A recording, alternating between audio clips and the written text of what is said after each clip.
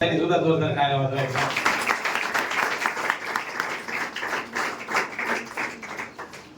लागलीच कार्यक्रमाला सुरुवात करूया. सर्वांचं या ठिकाणी चैतन्य थोडा आवाज वाढव. मनापासून स्वागत करतो आपल्या या द जयवर्धन क्लासेसच्या माध्यमातून. दरवर्षी जे विद्यार्थी गुणवंत होत असतात, परंतु बापूला मी 11:30च वेळ दिला होता. त्या अनुषंगाने आपण कार्यक्रमाला लागली सुरुवात करूया. या ठिकाणी आज विशेष उपस्थितीमध्ये ग्रामीण कवी विठ्ठल चव्हाण साहेब इथे आलेले आहेत. त्याचबरोबर आमचे मार्गदर्शक कुटे बापू सुद्धा या ठिकाणी आलेले आहेत. तर या ठिकाणी अकॅडमीच्या वतीने त्यांचं स्वागत करणं आपलं आद्य कर्तव्य आहे.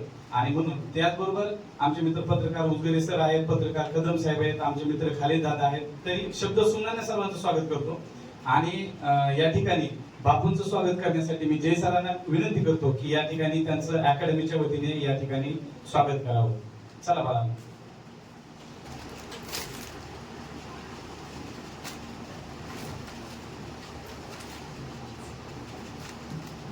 आपल्या सगळ्यांना जायचं आहे, गडबड आहे, याची जरी मला काळजी असली तरी आपण आपल्या लेकरांसाठी एकदाच वर्षातून मला भेटायला या ठिकाणी गेला. त्यामुळे हा कार्यक्रम अवघ्या 1 तासामध्ये आपण प्रयत्न करूया.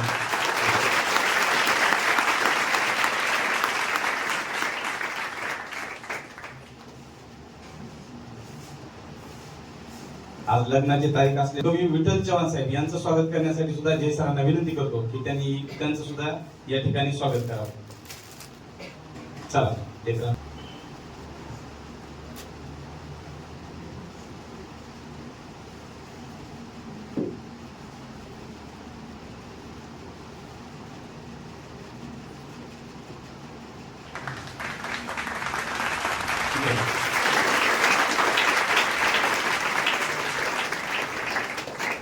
यानंतर ज्यांच्यामुळे आम्ही ही दत्तक योजना सुरू केली या वर्षीपासून आमचे मार्गदर्शक माझे वडील टी.जी. नाथभजन सर, माजी मुख्याध्यापक के. प्रशा बाबळगाव यांचं सुद्धा स्वागत करण्यासाठी जय सरांनाच विनंती करतो की पहिल्यांदा अकॅडमीत माझ्या क्लासमध्ये आतापर्यंत कार्यक्रमात आले.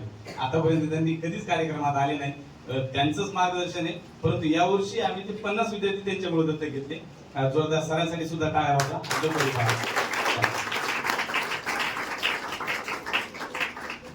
पुढच्या विद्यार्थ्यांच्या स्वागत.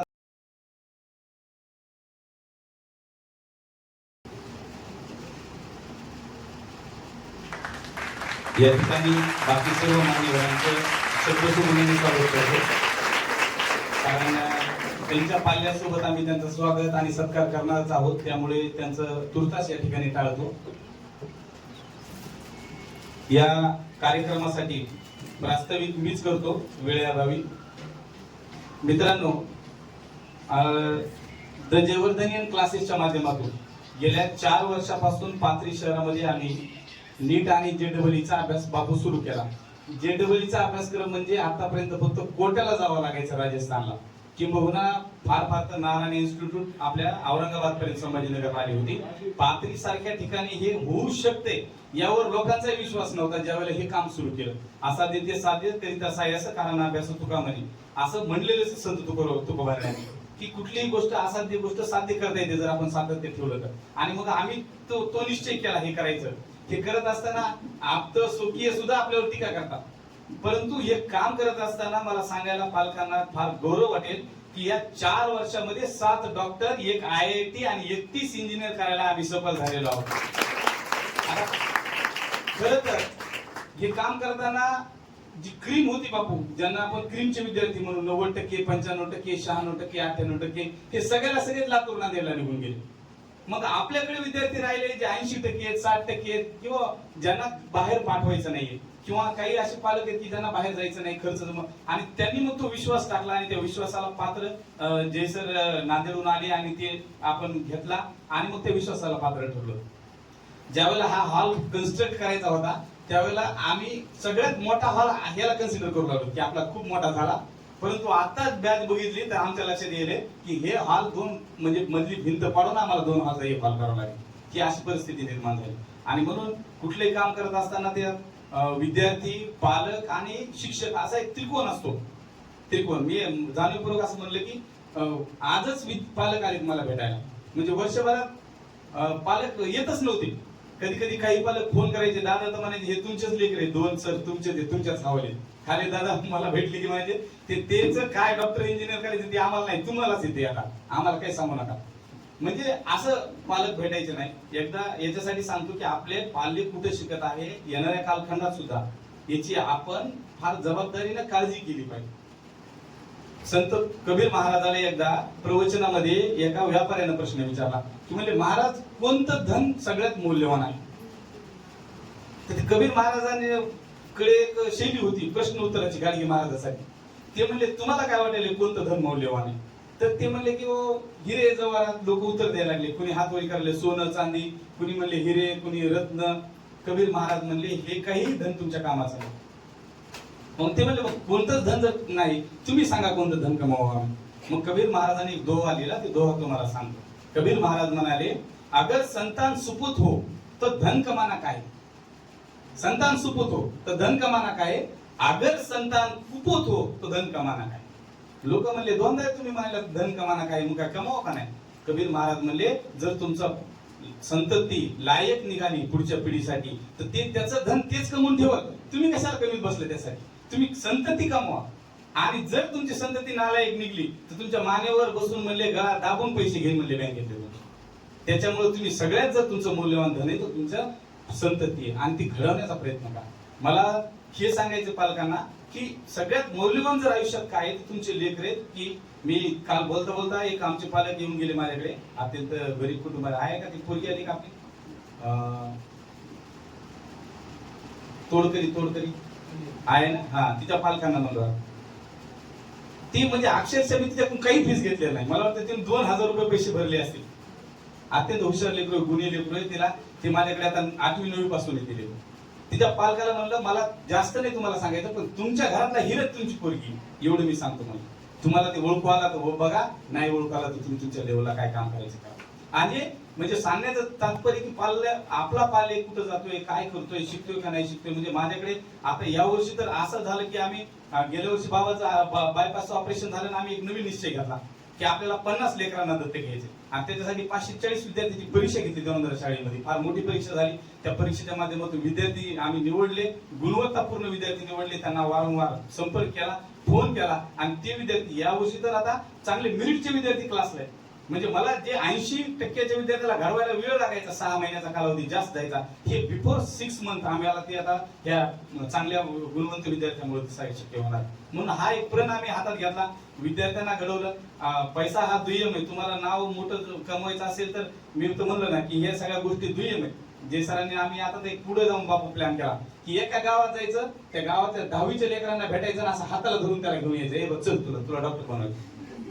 राष्ट्रपिता महात्मा ज्योतिराव फुलेंनी मुलींसाठी पहिले शाळा सुरू केल्या. तुम्ही कल्पना करा त्या कालखंडामध्ये किती विचित्र परिस्थितीला त्यांना सामोरं जावं असेल की धर्मानं शिक्षणाचे दरवाजे मुलींसाठी बंद केलेले होते आणि एकेका मुलीला उचलून आणावं लागायचं त्या कालखंडामध्ये. आम्ही आता ठरवलं आपल्या तालुक्याचा टॅगलाईनच बनली ध्यास गुणवत्तेचा विकास तालुक्याचा. आम्ही जे पैसे कमवले ते बस झाले आमच्यासाठी असं आम्हाला आता कळलं. आणि म्हणून आता ते जास्त करण्यासाठी आम्ही असं ठरवलं की आणखी प्रत्येक खेड्यातून एक विद्यार्थी आणायचा, त्याला डॉक्टर इंजिनियर बनवायचं, त्याच्या पायावर उभं करायचं. आणि एक नवीन संकल्प या वर्षीपासून घेतला, म्हणजे वडिलांच्या ऑपरेशन नंतर झाला. कारण वडील म्हणले की मला योगायोगानं जीवनदान भेटलं. आता ते रोज बाहेर काल त्यांचा कार्यक्रम पण होता, ते जातात, ते म्हणतात मेलो असतो तू कुठं काय झाला, मग ते योगायोगानं भेटलं. मग आम्ही पण ठरवलं की आपल्या हातून काहीतरी आणखी पुण्य जास्त झालं पाहिजे, म्हणून ते काम आम्ही केलं पाहिजे. म्हणून ते काम करण्यासाठी आम्ही प्रयत्नशील झालो. जास्त तुमचा वेळ घेतला त्याच्याबद्दल दिलगिरी व्यक्त करतो. येणाऱ्या कालखंडामध्ये नक्कीच पाथरीमध्ये नीट आणि JEE साठी हा एक मोठा प्लॅटफॉर्म आम्ही तयार करण्याचा प्रयत्न करत आहोत. आता पहिली तर समस्या ही झाली की पहिले 2 वर्ष क्लासला शिकवायला टीचर अवेलेबिलिटी नव्हती. कारण पाथरी सारख्या ठिकाणी ते टीचर नाहीत गुणवत्ता असलेले. ते टीचर परभणीहून आम्हाला आणावं लागले. पालनकर सर आज येऊ शकले नाही, ते परभणीहून येतात याला लेक्चर शिकवण्यासाठी. म्हणजे अशी गोष्ट आम्हाला करावं लागली, ते द्यावं लागलं. आणि मग तिथून ते विद्यार्थी घडले. 7 डॉक्टर आणि 31 इंजिनियर झाले. त्यातला एक जो यशकुरी नावाचा डॉक्टर आहे, आम्ही 4 वर्षामध्ये कधीही बॅनर लावलं नाही पाथरीमध्ये, कधीही कुठेही तुम्हाला आमचं पॉम्पलेट पाहायला भेटलं नाही. कारण आमच्याकडे आम्ही एकच ठरवलं की अगरबत्ती जर कोपऱ्यात लावली त्याचा सुवास कुठं पण जायला पाहिजे. आणि मग ते काम आम्ही सुरू केलं. ते काम करत असताना मी म्हणलं ना की निंदा नालस्ती टिंगल टवाळी आणि मान अपमान हे सगळ्याच्या पुढे जावं लागते. तुकोबारायांचा अभंग सुद्धा आहे की तोडायला आगात चेष्टांचा संबंध, चेष्टा होतच असतात आयुष्यामध्ये आणि म्हणून ते तोडून आम्ही त्या परिक्षेत्राच्या बाहेर गेलो. आता याच वर्षी फक्त एक बॅनर लावलं होतं सेलू करायला, अन्यथा आम्ही कुठेही बॅनर लावलं नाही. या वर्षापासून ते पण लावणार आहोत मोठ्या प्रमाणामध्ये. आणि सुसज्ज अशी अकॅडमी आपण इथे सुरू झाली.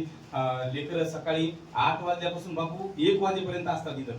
1ला ते घरी जातात, 2:30 वाजता येतात आणि पुन्हा 5:30 पर्यंत असतात. 5:30ला पुन्हा घरी जातात, 6 वाजता येतात आणि 9 वाजेपर्यंत असतात. म्हणजे खाली दादा इथे त्यांची तर मुलगी आहे, 9 वाजता ती घरी येत होती. हे इतका दिवसभराचा त्याचा अभ्यास करून घ्यावा लागतो.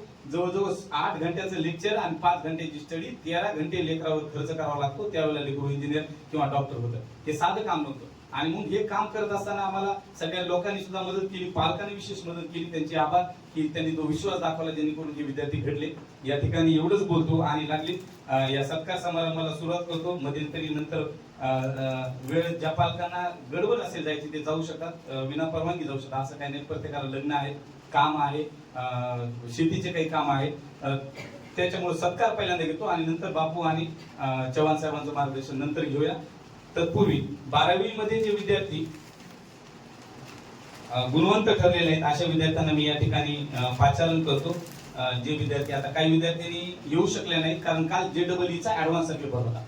JEE ऍडव्हान्स होता, त्यामुळे ते संभाजीनगरला गेले. कदाचित 12:30च्या पुढे येतील ते. तर या ठिकाणी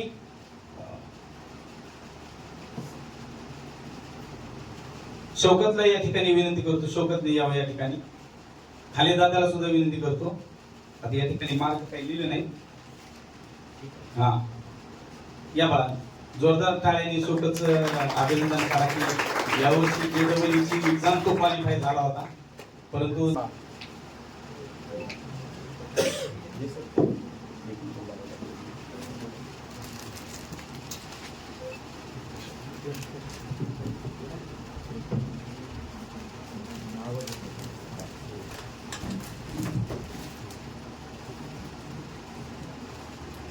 जोरदार टाळ्या. 89 मार्क आहे. JEEची एक्झाम तो क्वालिफाय झाला होता. त्याच्यानंतर आयशा, शौकतची बहीण आयशा. आता यावंच लागते तुम्हाला पण आणखी एका लेकरासाठी उभा राहावं लागेल. ही तुमच्यासाठी अभिमानाची आणि आनंदाची गोष्ट आहे. चला बघा, चल लवकर फास्ट थोडं.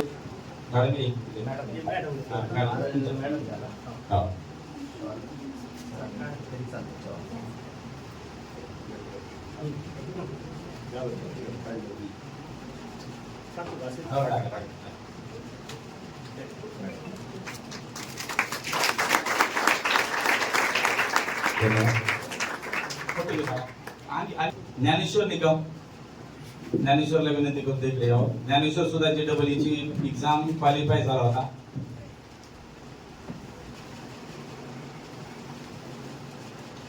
अकरावी 12वी 2 वर्ष ज्ञानेश्वर इथं रूम करून होता.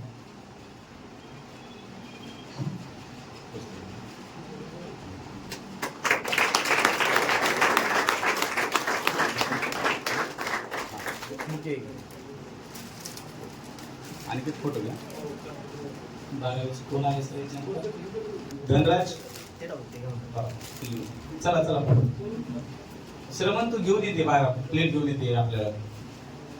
श्रमणकडे दे, श्रमणकडे. सांभा सांभा. जे सर तुमचं हा त्यांना काय होईल उठायचं आहे, गुडघ्याचं त्रास आहे. तुम्ही मॅडम आणि तुम्ही काय होईल.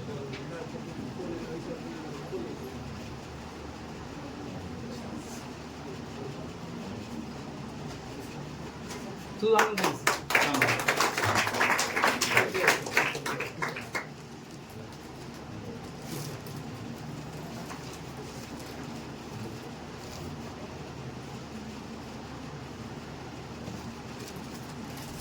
आता ज्या विद्यार्थ्यांची मी फक्त नाव वाचून दाखवतो जे क्वालिफाय झाले एक्झामला. सानिका शिंदे, शीतल केंद्रे, तेजस्विनी आळसे, रोहिणी शिंदे, ज्योती शिंदे, आपले मिसबा सय्यद. मिसबा आली का? आली. ये बघा मिसबाई. पालक आलेत का? या. चल श्रमणा ठेव मॅडम.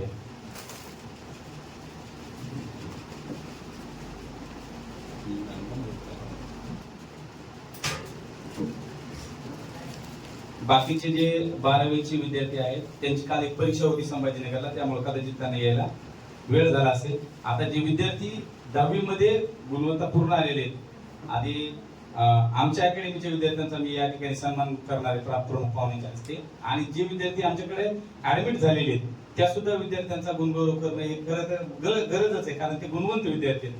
तर तत्पूर्वी नंदिनी रणेर, आकांक्षा दुग्धा, चला आकांक्षा, हिला इंग्लिश मध्ये 92 मार्क पडलेले, मॅथ मध्ये 91, सायन्स मध्ये 93 आणि 93% मार्क पडले तिला. जय सर या मॅडम. 3 वर्ष एक विद्यार्थिनी इथे शिकायला होती. पालक आले असतील तर विनंती त्यांना. आले का पालक? आले. एक जण कोणतरी रील काढायला या, कोण कोण येते तिकडून बाहेर येत का पुरं ये बा, कुणाला ये.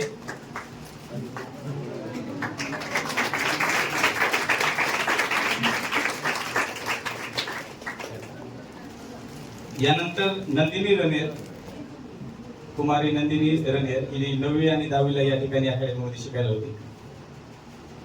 तिला इंग्लिश मध्ये 93 मार्क आहेत, मॅथ मध्ये 80 आहेत आणि 89 सायन्स मध्ये 90% मार्क पडले तिला. तिचं सुद्धा अभिनंदन. पालक आलेत ना, या या तू इथे ठेवून जा बा, संभाला पाठवून दे ना. पुन्हा इथे ना बाळा, इथे आणि त्याच्या मागे उभा आहे.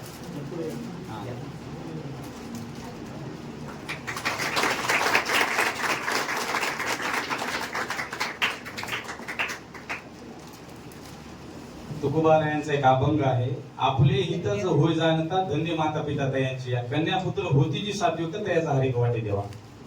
तर करतच आहे.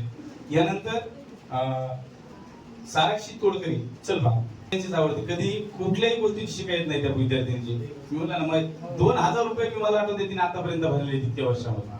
तिला कधी मी आटास केला नाही पैसे भरायला, गरीब परिस्थिती आहे तिची. 88 मार्क आहे तिला मॅथ मध्ये आणि सायन्स मध्ये तिला 94 मार्क आहेत, 85%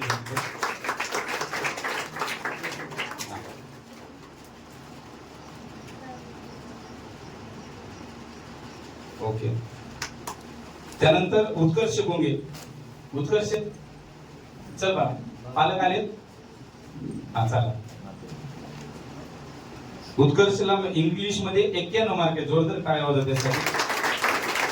84% मार्क भेटले त्याला आणि अपडाऊन केलं पोहे टाकून त्यानं. खरं तर डायरेक्ट आमच्याकडे 10वीला झाला होता तो व्हॅकेशनला. हा ओके. बापू एक लक्षात आला असेल तुमच्या, सगळे ग्रामीण भागातले विद्यार्थी. यानंतर आरती भिसे, 90 मार्क आरतीला इंग्लिश मध्ये पडलेले आणि आरतीला 83% मार्क पडलेले. पालक आले. या आपली सुद्धा पहिली भेट आहे आज. हालाकी मी या लेकराला 3 वर्षापासून शिकवत आहे.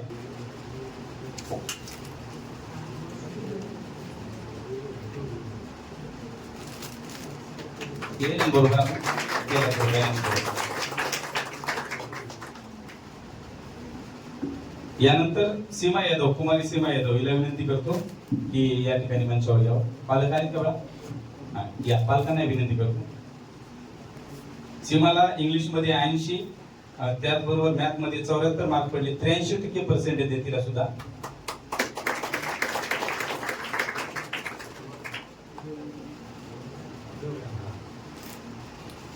आणि समर्थनगरवरून या विद्यार्थ्यांनी अपडाऊन करत होत्या.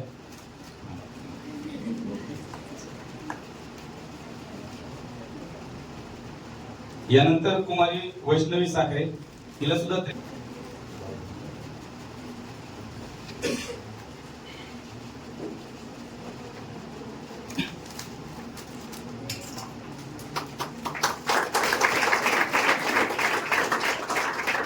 यानंतर कुमारी प्रांजलीकर, हिला 82% मार्क पडले.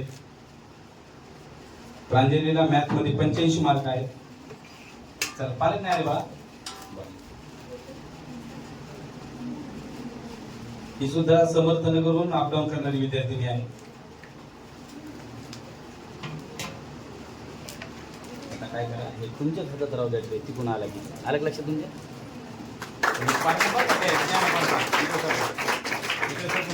तर प्रथमेश महिपाल हा विद्यार्थी आला नाही आज. महेश जोगदन ज्याला की 91 मार्क होते आणि 81% तो पण येऊ शकला नाही. गौरी गायकवाड, गौरीला 80% मार्क पडलेले. ये बाळा, पालक आले असतील तर विनंती करतो या.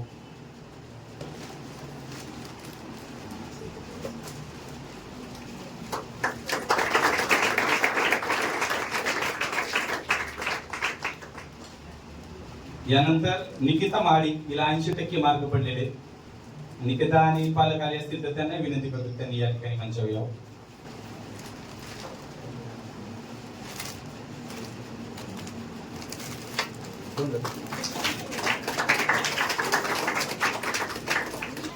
यानंतर संध्या राठोड, हर्षद गायकवाड. हर्षद चल बघा, हर्षदला सायन्स मध्ये 91 मार्क आहेत आणि त्याला 76% वारी पडलेली. पप्पा नाही आले. स्नेहल आली नाही आली. ओंकार ओगले पण नाही आलाय. तक्ष भाग्यवंत, ऋतुजा चल बघा. तर 78 मार्क पडले तिला इंग्लिश मध्ये. पालक आले असतील तर त्यांना विनंती करतो त्यांनी यावं.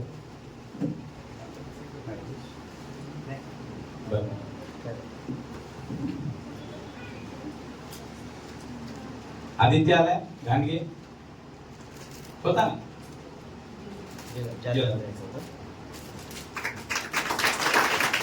आणि नामदेव नाही आला.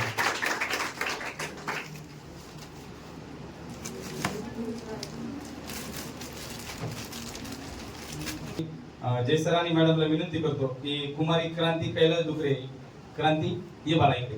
हिला 96% मार्क पडलेले 10वी मध्ये आणि सायन्स मध्ये 98 मार्क पडले. पालक आले असतील तर कृपया विनंती त्यांना की त्यांनी या ठिकाणी असे लेकर तयार झालेत. आज समाजामध्ये पाहत असताना विचित्र परिस्थितीला आपल्याला सामोरं जावं लागते.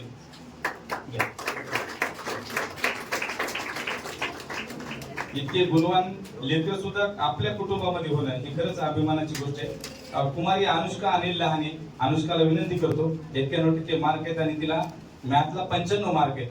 पालकांना विनंती करतो की या ठिकाणी यावं. कांबळे काकांना विनंती या ठिकाणी यावं.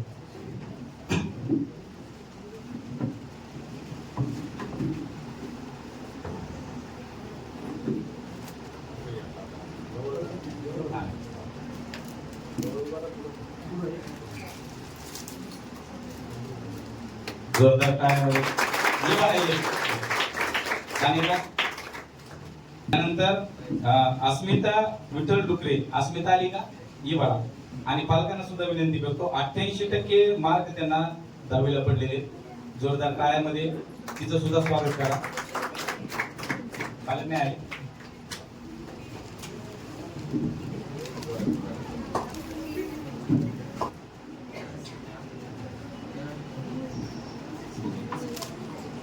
इथे या समोर जागा नाही. पूनम प्रल्हाद डुकरे, पूनमला विनंती. पूनम आली हा चल बघा. तिला सुद्धा 86% मार्क आहेत. पालकांना विनंती करतो आले असतील तर.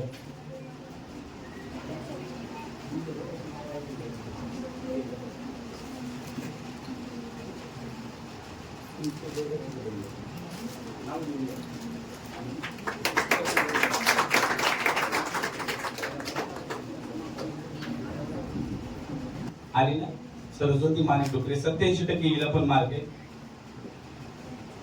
पालक आले का बाळा नाही. ठीक, तर 2-3 विद्यार्थी राहिलेले.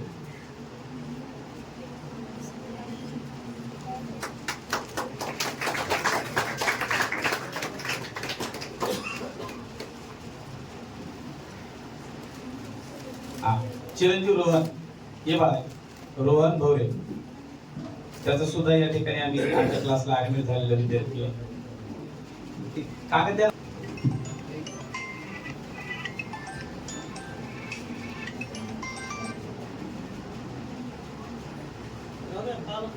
या या तुम्ही या भाऊ, या तुम्ही या.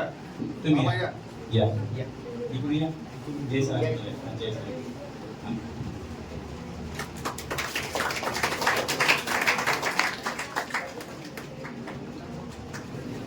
यानंतर क्षितिज नागनाथ कदम, क्षितिज हे बघा विनंती करतो इथे पालकांना विनंती करतो त्याला सुद्धा 73% आणि हे ज्या विद्यार्थ्यांचे मी आता सत्कार केले नंतरच्या कालखंडात यांना 10वीचं माझ्याकडे ट्युशन नाही कुठंच ट्युशन नव्हतं म्हणजे कुठेच ट्युशन असताना 96% मार्क पडले खरंच कौतुकाची गोष्ट फार म्हणून मी त्यांचा या ठिकाणी त्यांचा सन्मान केला जोरदार टाळ्या वाजवा यांच्यासाठी सुद्धा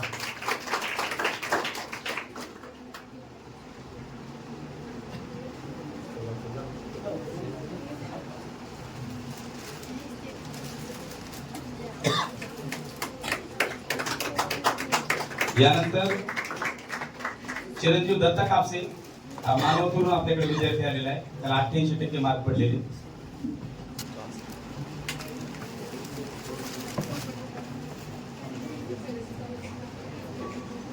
शेवटचा विद्यार्थी महेश गोंगे याला सुद्धा विनंती करतो की त्यांनी सुद्धा या ठिकाणी यावं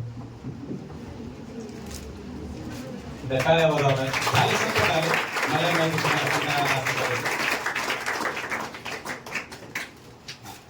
चव्हाण साहेबांना विनंती करतो महेशचा सुद्धा सत्कार करा महेश गोंगे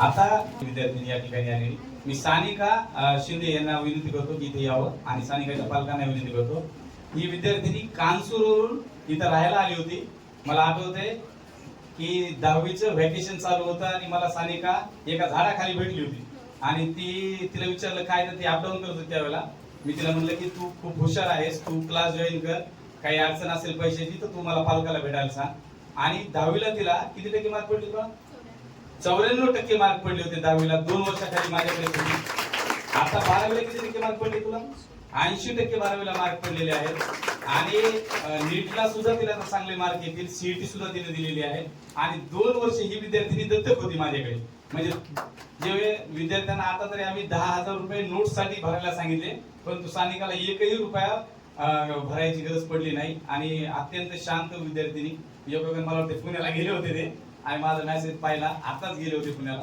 मेसेज पाहिला आले जोरदार टाळ्यामध्ये हुशार विद्यार्थी आणि पालकांचे आभार व्यक्त करतो या ठिकाणी आल्याबद्दल धन्यवाद आपण पुढील कार्यक्रमाला सुरुवात करू कारण आणि कवी विठ्ठल चव्हाण सरांना विनंती करतो की त्यांनी या ठिकाणी 5 मिनिटं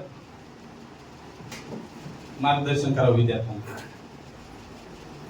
वेळ झालेला आहे जास्त मार्गदर्शन करणार नाही पण आदरणीय विचारमंच आमचे गुरु नाथमंजय सर आमचे गुरु आत्माराम जिकोटे सर जयवर्धन सर आणि विद्यार्थी आणि जास्त काय बोलत नाही आपल्या पाथरीसारख्या ठिकाणी डॉक्टर आणि इंजिनियर तयार होण्याचं एक केंद्र बनलेलं आहे जयवर्धन सरचं कारण माझ्या मुलीचाच अनुभव सांगतो मला जवळजवळ 10वी झाल्यानंतर दर वर्षाला 2 लाख म्हणजे 4 लाख ते गेले पण मार्क पण यांच्यापेक्षा कमीच आले मग हे चांगलं आहे ना म्हणजे हे जे जी आणि इंजिनियर आणि डॉक्टरसाठी नीटसाठी जे आपल्याला नांदेड लातूर जास्त करून लातूरला जातं ते नांदेडला तिकडे जाण्याची गरजच नाही कारण हे पण आता मी खेडेगावात जाऊन पेरणार आहे की मग आपल्याला एवढा खर्च आला ते इथं कमी मध्ये व्हायला आणि विद्यार्थी पण आता इथं जे 4 डॉक्टर 7 डॉक्टर आणि इंजिनियर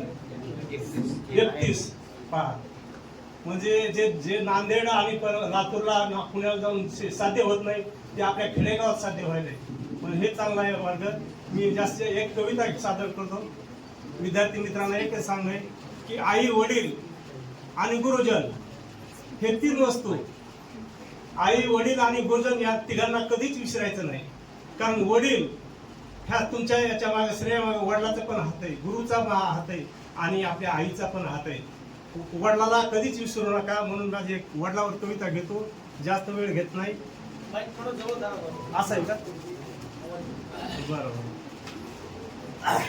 तर माझ्या खेडेगावच्या आपल्या शेतकरीत आपण सर्व बापाची कविता घेतो गेला सांगून बापा मातीच्या कानात गेला सांगून बापा मातीच्या कानात माझं लेकरू घे तुझ्या पदरात माझं लेकरू घे तुझ्या पदरात मातीवर बापाचा लय होता लळा मातीवर बापाचा लय होता लळा तहानलेली माती सांगते आबाळा, तहानलेली माती सांगते आबाळा. राही बाप माझा मातीमध्ये दंग, राही बाप माझा मातीमध्ये दंग, सदामुखी राई तुकाचा अभंग, सदामुखी राई तुकाचा अभंग. मातीवर बापाची लय होती माया, मातीवर बापाची लय होती माया.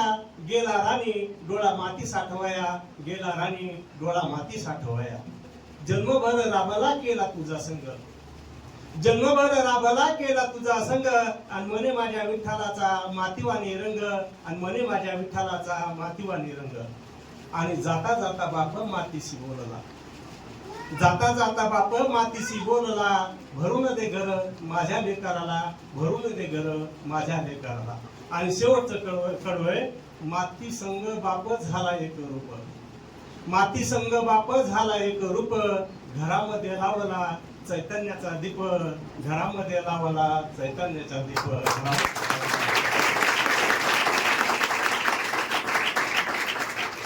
हा चैतन्याचा दीप पाहण्यासाठी बाप तळमळते पहा. तुम्ही सगळे चैतन्याचा दीप आहे आणि तीच बापाची इच्छा असती. आणि ती बापाची इच्छाला तुम्ही कधी विसरू नका, एवढंच माझं सांगणं आहे.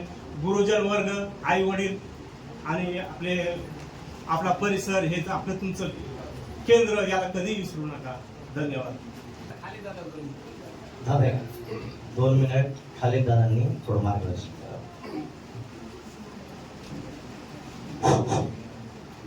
आजच्या आमच्या पाथरीसारख्या शहरामध्ये गोरगरीब पांचे लेकरू असू त्या दुसऱ्या काही अडचणांनिमित्त बाहेर गावी मुलींना टाकण्यासाठी आपल्या ग्रामीण भागाचे असो कापून असो थोडं विचार करतो तर नातेवाईक.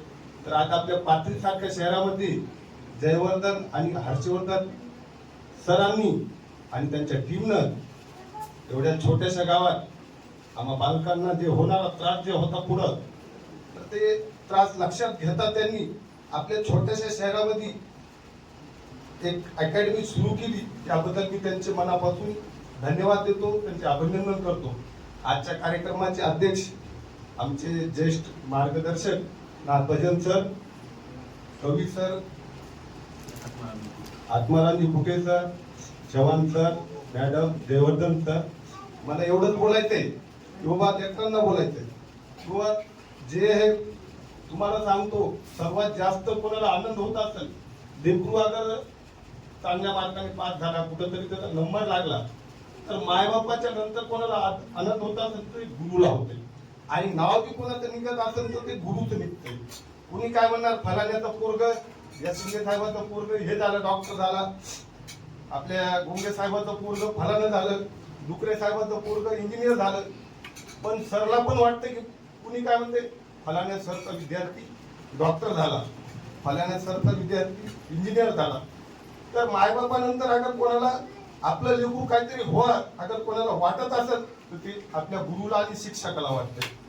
तर या जागेवर काही जास्त मला निरीक्षक नाही, मला सरने कबुलीलं आमच्या सर्व मुलांचं आणि पालकांचा इथं सत्कार केला. त्याबद्दल मी सरांचे आणि त्यांच्या टीमचे अभिनंदन करतो, कौतुक करतो आणि थांबतो. जय हिंद, जय महाराष्ट्र. धन्यवाद दादा. म्हणजे आता ती गोष्ट सांगून नये, पण दादाचा एक ऍक्सिडेंट झाला होता 2-3 वर्ष पाथरीतल्या लोकांना माहिती आहे. आणि नेमकंच ते 11वीला माझ्याकडे आले होते, त्यांना वरी चढता पण येत नव्हतं.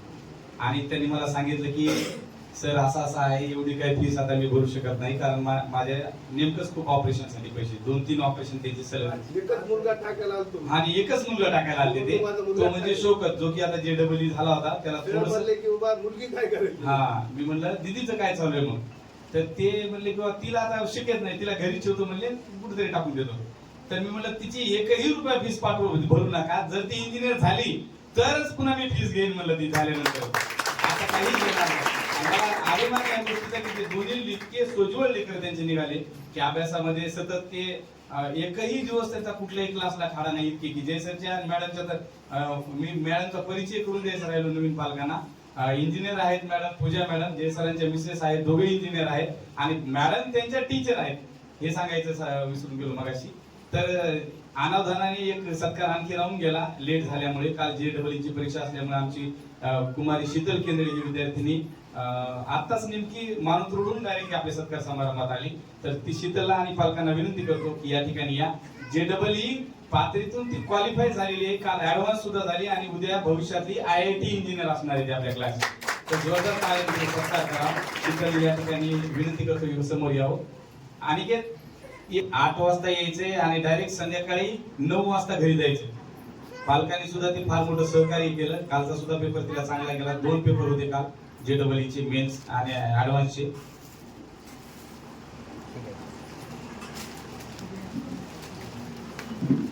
दहावीला सुद्धा तिला चांगले मार्क होते. दहावीला सुद्धा माझ्याकडे शिकायला होती आणि आजही क्लासमध्ये तिच्याच नोट्स आम्ही वापरतो. इतके चांगले सुबक अक्षरात तिने नोट्स लिहिलेले आहेत. जोरदार टाळ्यात परत एकदा स्वागत करायचं. आणि या ठिकाणी मी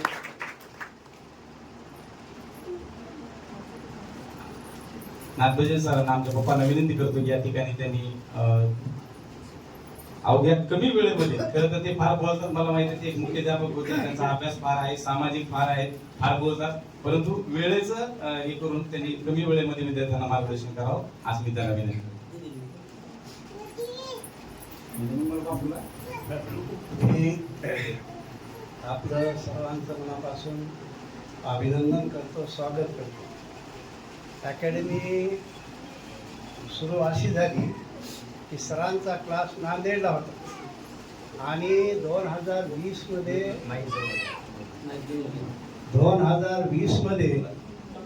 लॉकडाऊन पडलं. लॉकडाऊन पडल्यावर मी जय सरांना फोन केला की तुमच्या क्लासेसचं कसं काय. तर त्यांनी सांगितलं की क्लासेस तर मोबाईलवर चालू आहे, म्हणजे ऑनलाईन. तर मी सांगितलं जर क्लासेस मोबाईलवर चालू आहेत तर ते पाथरीत घेतले काय, औरंगाबादला घेतले काय, नांदेडला घेतले काय. तुम्ही नांदेडला जिथं राहत आहे तिथंही मी मोबाईलवर घ्यायला ना, तर तुम्ही पाथरीला या. मग काय केलं, ते गाडी घेऊन त्यांचा पसारा आणि सरला इथं घेऊन आलो. इथं घेऊन आल्यानंतर पाथरी शहरातले जे डॉक्टर होते, जसं डॉक्टर सासवडे साहेब, त्यांनी यांना आग्रह केला की कसंही करून तुम्ही क्लासेस इथं घ्या. लॉकडाऊन जरी असलं तर बाकी मी डॉक्टर आहे, मी स्वतः काळजी घेतो. आणि त्यांनी इथं सुरुवात केली. डॉक्टर सासवडे सरांचा मुलगा तो MBBS ला लागला MGM ला. तर ती सुरुवात पाथरीमध्ये झाली. संत तुकाराम महाराज असं म्हणतात की आपल्याही हिता जो होय जागता धन्य माता पिता तयाची. त्याचेच माता पिता धन्य आहेत की ज्यांची मुलं आपल्या हिताला जागतील. आपलं हित काय आहे, आपलं अहित काय आहे हे ज्या विद्यार्थ्याला समजतं त्या विद्यार्थ्याला खऱ्या अर्थानं शिक्षण समजतं. आणि म्हणून शिक्षण ही जीवनामध्ये आमूलाग्र बदल घडवून आणणारी गोष्ट आहे. आताचे तुमचे मार्क पाहून तर मला आश्चर्य वाटलं की एवढे मार्क घेते. इंदिरा गांधींना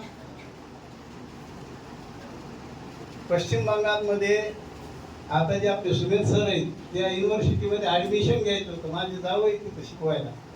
त्या युनिव्हर्सिटीमध्ये टेस्ट घेतल्याशिवाय विद्यार्थ्याला ऍडमिशन नाही. इंदिरा गांधी 2 वेळा नापास झाल्या, पण 3ऱ्यांदा पास झाल्या त्या युनिव्हर्सिटीमध्ये. म्हणून मार्क यश अपयश जे आहे तर याला आपल्याला सामना करता आला पाहिजे.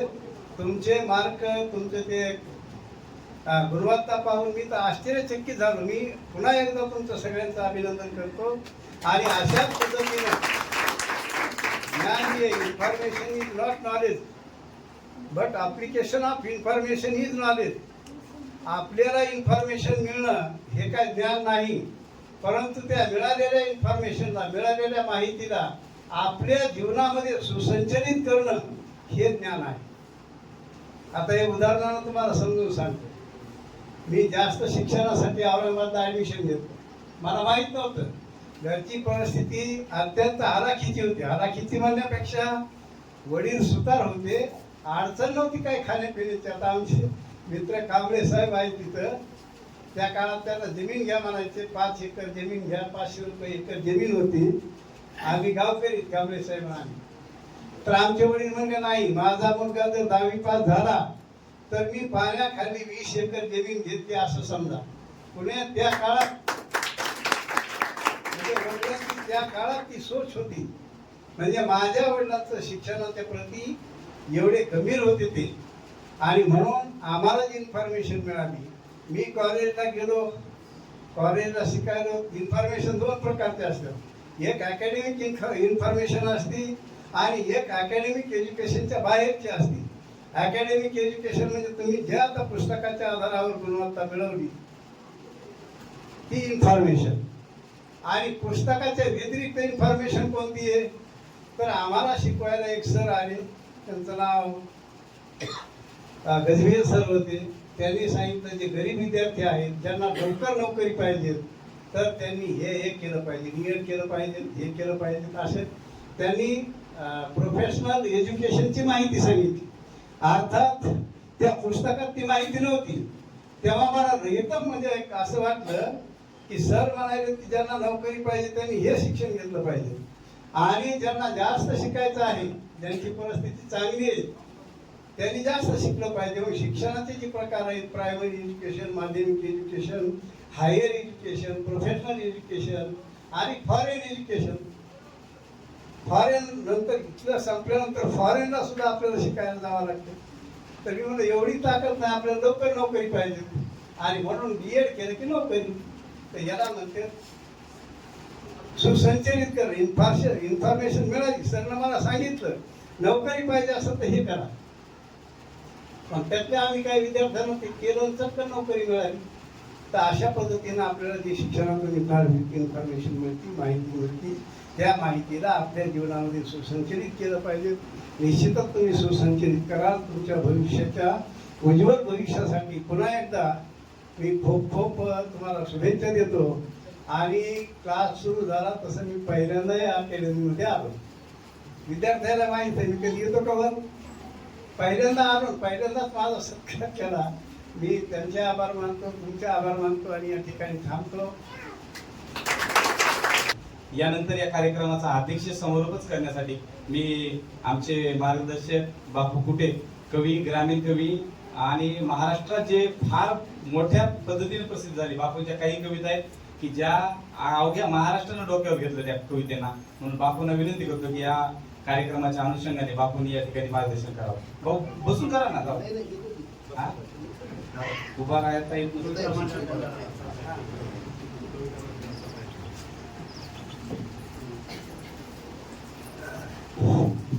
आदरणीय विचारपीठ व सर्व गुणवान विद्यार्थी व त्यांचे पालक व आमचे मित्र नाथ भजन सर व त्यांचे 2 रत्न आणि त्यांच्या सुनबाई आणि पत्रकार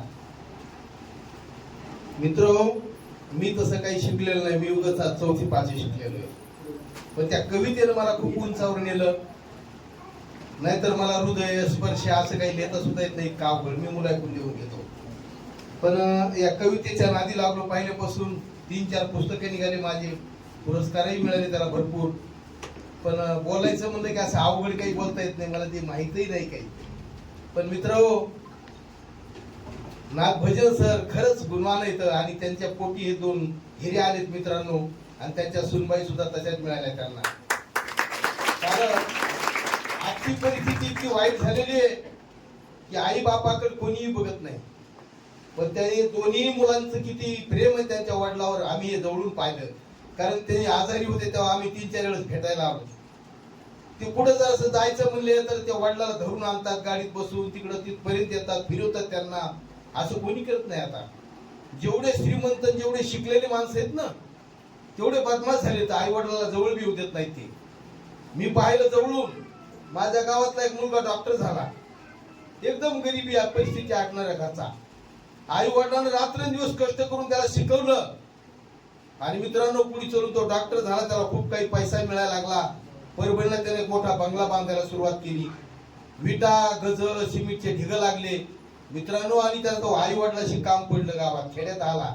त्या आई वडिलाला घेऊन गेला तो परभणीला आणि तिथे गेल्यानंतर त्यांना तो काम करायला लावला. विटा भिजू लागला, पुढे त्या सिमेंटच्या तिथं राखण ठेवायचं वडिलाला.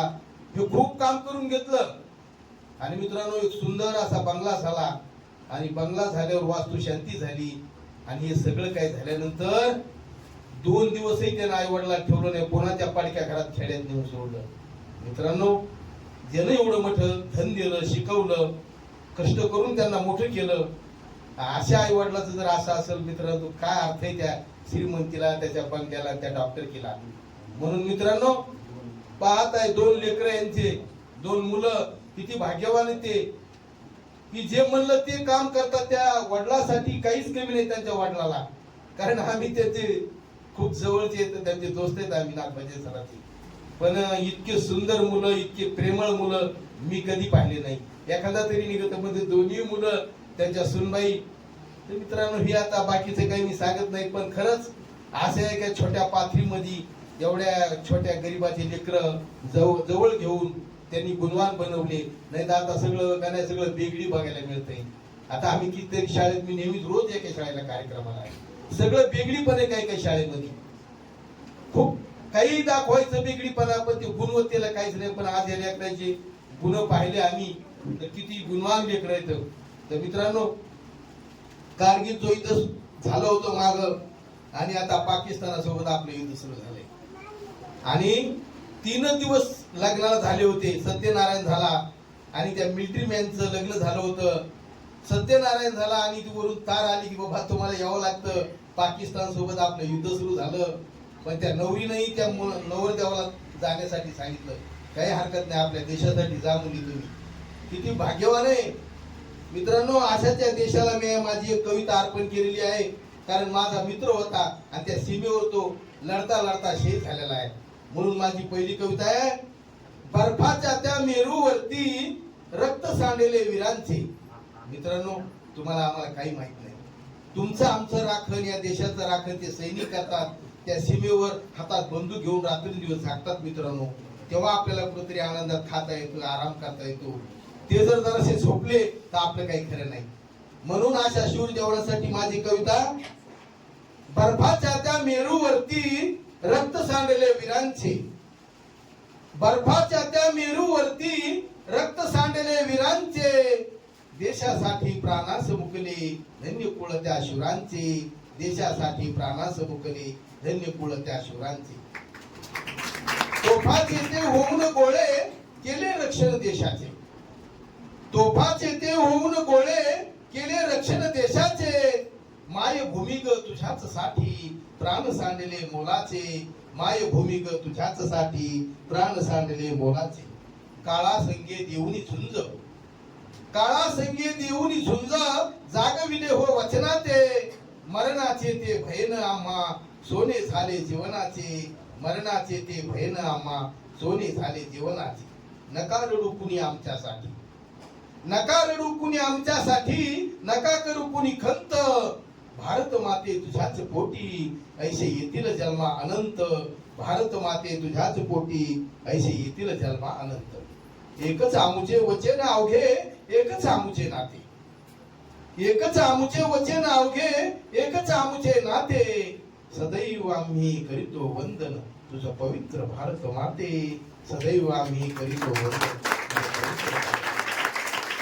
मित्रांनो असं ह्या देशाचं राखण करणारा शिव जवान, त्याच्यासाठी मी एक कविता लिहिली होती, ती तुमच्या पुढे सादर केली. आणि आता हे 2 रत्न आपल्या सरांचे नाव, भजन सरांचे 2 रत्न कसं सांभाळतात आणि आजची परिस्थिती काय आहे बघा. ही कविता माझी.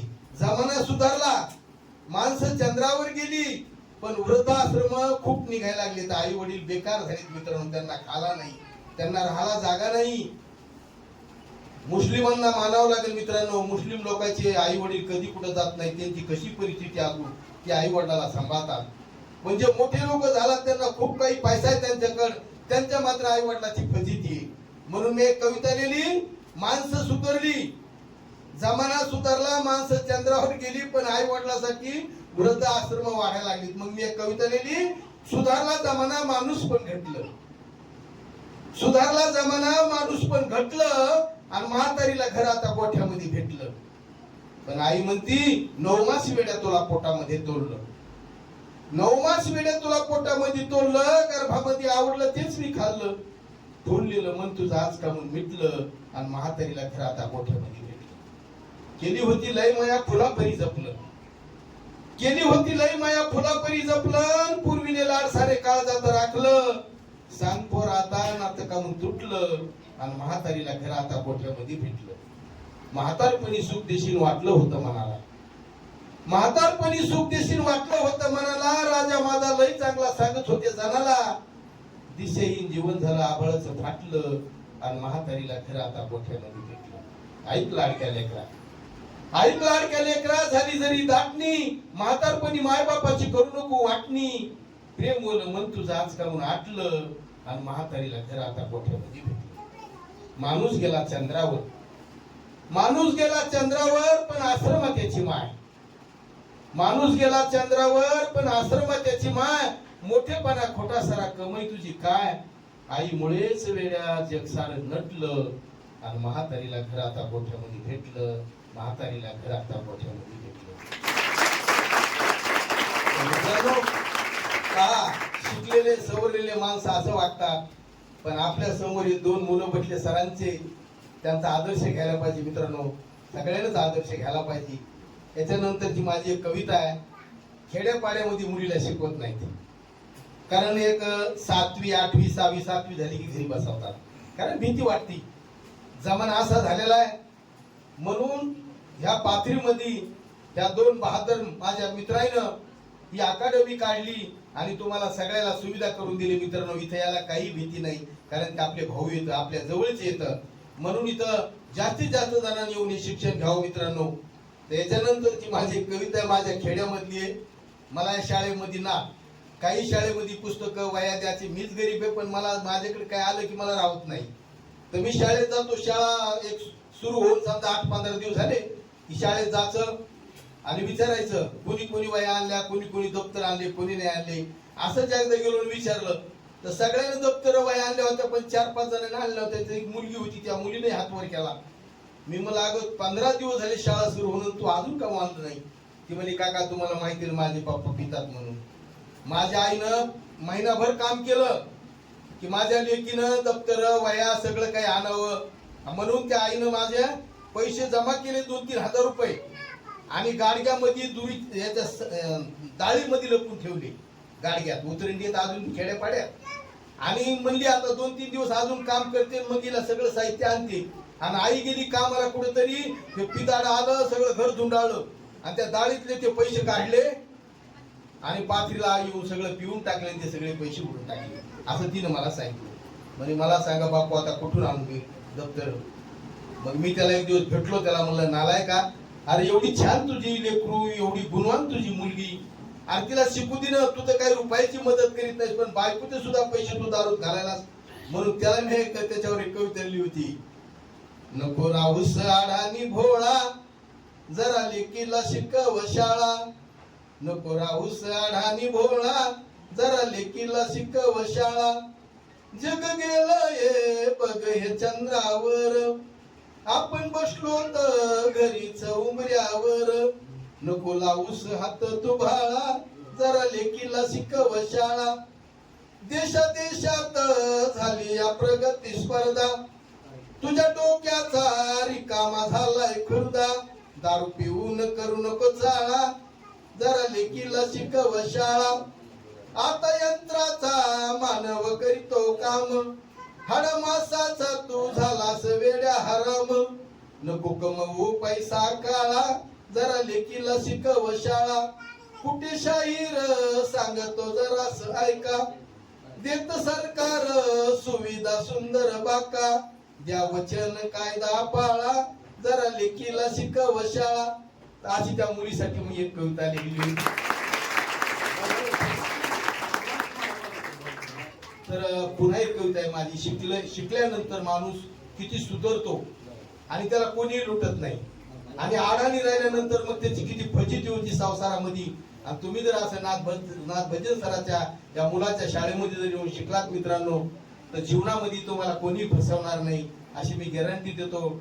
आणि माझी एक कविता आहे की शेतकरी गावात गेलेल्या 2 मुलं, 10-15 एकर शेती आणि 5-7 पत्राचं घर त्यांचं. रात्रंदिवस कष्ट केले मित्रांनो. पण त्याचं जे मधलं पत्र फुटलेलं होतं त्याला छिद्र होती. मग ते पाऊस आला की ते छिद्रानं ते घरात गळायचं.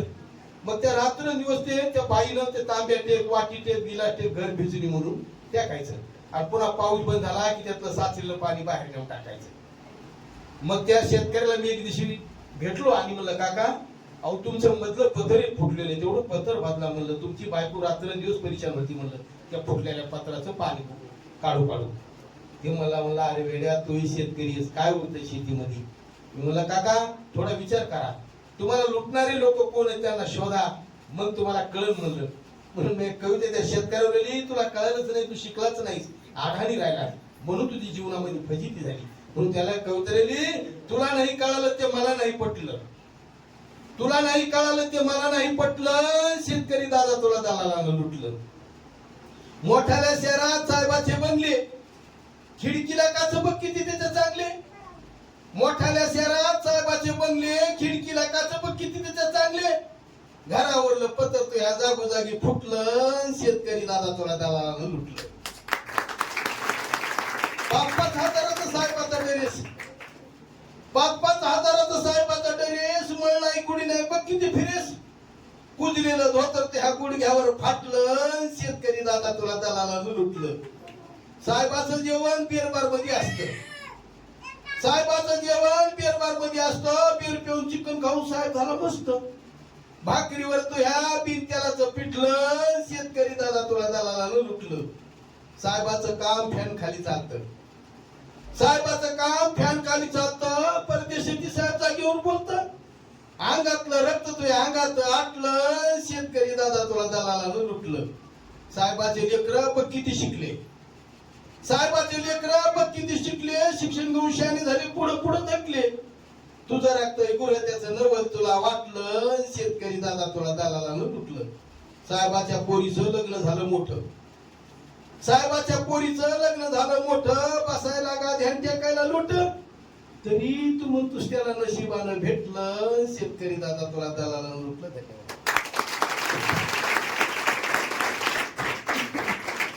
अगदी बापू हे ग्रामीण भागात राहणारे आहेत. गेल्या 10 वर्षापासून त्यांचा माझा सहवास आहे. अत्यंत कमी शिक्षण झालेले बापू, परंतु जीवन काय आहे त्यांच्या कवितेतून आपल्याला पाहायला भेटते. नेहमी मी म्हणत असतो की कधी कधी आळानी माणसं शिकलेल्या माणसाला जीवन शिकवतात. त्याच्यामध्ये एक उदाहरण म्हणजे बापूसाठी जोरदार एकदा टाळ्या वाजवा. आणि या कार्यक्रमामध्ये एक थोडस आणखी तुमचा वेळ देतो, 2च मिनिटाचा कार्यक्रम जवळपास संपलेलाच आहे. आमचे विद्यार्थी 2 विद्यार्थी थोडे उशीर आले बीड जिल्ह्यातून. खरं तर ते लेकरं माझ्याकडे शिकायला आहेत, मला फार अभिमान वाटतो. आणि विशेष करून मला माधवीचं फार कौतुक वाटते की अत्यंत शांत आणि मनमिळव आहे ती. माधवी आली का? हा ये बाळा.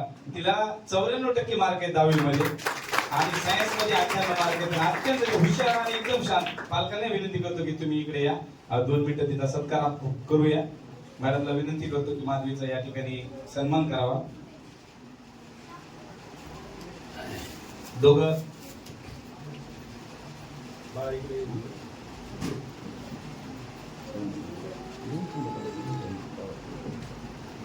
हे दोन्ही बहीण भाऊ बीड जिल्ह्यातून आपल्या इथे शिकायला आहेत. जोरदार एकदा टाळ्या वाजवण्यासाठी. आणि अत्यंत शांत आहे माझे, खूपच म्हणजे खरंच कौतुक करावं त्या लेकराचं. इतकं लेकरू सोज्वळ आहे ते. सायन्सला 98 मार्क पडणं म्हणजे साधी गोष्ट नाहीये. 2 मार्क कुठं ते अक्षर चुकीतून जातात. यानंतर माधवीचाच भाऊ नको बाळा माझा विवेकला विनंती करतो की या ठिकाणी मंचावर यावं. 86% विवेकला मार्क आहेत. विवेकला सुद्धा स्वागत करण्यासाठी अनिकेत आणले दे बाळा.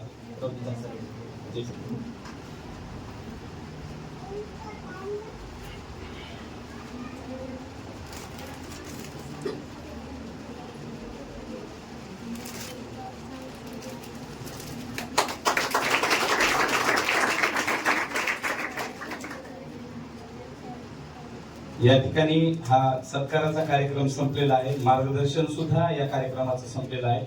शेवटी आभार प्रदर्शन आहे. जय सरांना विनंती करतो की या कार्यक्रमाचा शेवट आभार प्रदर्शनाने होईल. विद्यार्थी याच ठिकाणी कार्यक्रम संपल्यानंतर बसतील. अल्पोपहाराची त्यांची व्यवस्था याच ठिकाणी आणि पालक माझ्यासोबत खाली येतील अशी त्यांना विनंती करतो. मैं हिंदी में बात करने का आदी हूँ.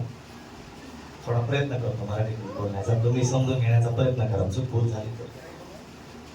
आजच्या कार्यक्रमाला उपस्थित राहिलेले सर्व पालक यांचे आभार. आमचे मित्र पत्रकार सगळे यांचे खूप आभार. आणि आदरणीय खालिद दादा असतील, नागभूषण सर असतील, आमचे कवी चव्हाण साहेब असतील, या सर्वांचे आभार. आणि कदाचित तुम्ही कविता कधी ऐकल्याच नसतील विद्यार्थ्यांनी, पण कविता ऐकल्यानंतर कविता कशी असायला पाहिजे ह्याचं जे आपल्याला आज प्रथम दर्शी पहिल्यांदाच कदाचित तुम्ही ऐकल्यानंतर जी तुम्हाला फिलिंग आली आहे, ती फिलिंग अशीच बरकरार ठेवण्यासाठी मधात कधी कधी विद्यार्थ्यांवरती त्यांच्या असलेल्या कविता, सामाजिक भूमिकेवरती असलेल्या कविता ऐकवण्यासाठी आपण नेहमीच त्यांना पुढील प्रोग्रामला सुद्धा बोलूया. असे आमचे आदरणीय आत्मारामजी कुटे ग्रामीण कवी, या सर्वांचे मी आभार व्यक्त करतो. आणि आपल्या कार्यक्रमाला उपस्थित राहिला आपले सर्वांचे आभार व्यक्त करून हा कार्यक्रम संपला असं जाहीर करतो.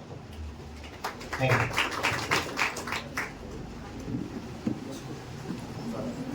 पालकांनी खाली थांबावं. पालकांनी ऑफिसच्या बाजूच्या हॉलमध्ये पालकांनी थांब. साडेआठला सुरू केला कार्यक्रम आम्ही तरी मॅडम मला वाटतं सगळ्यांना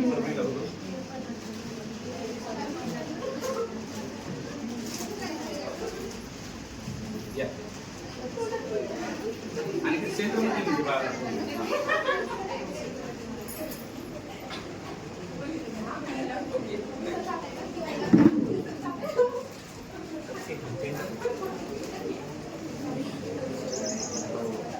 चल चल बा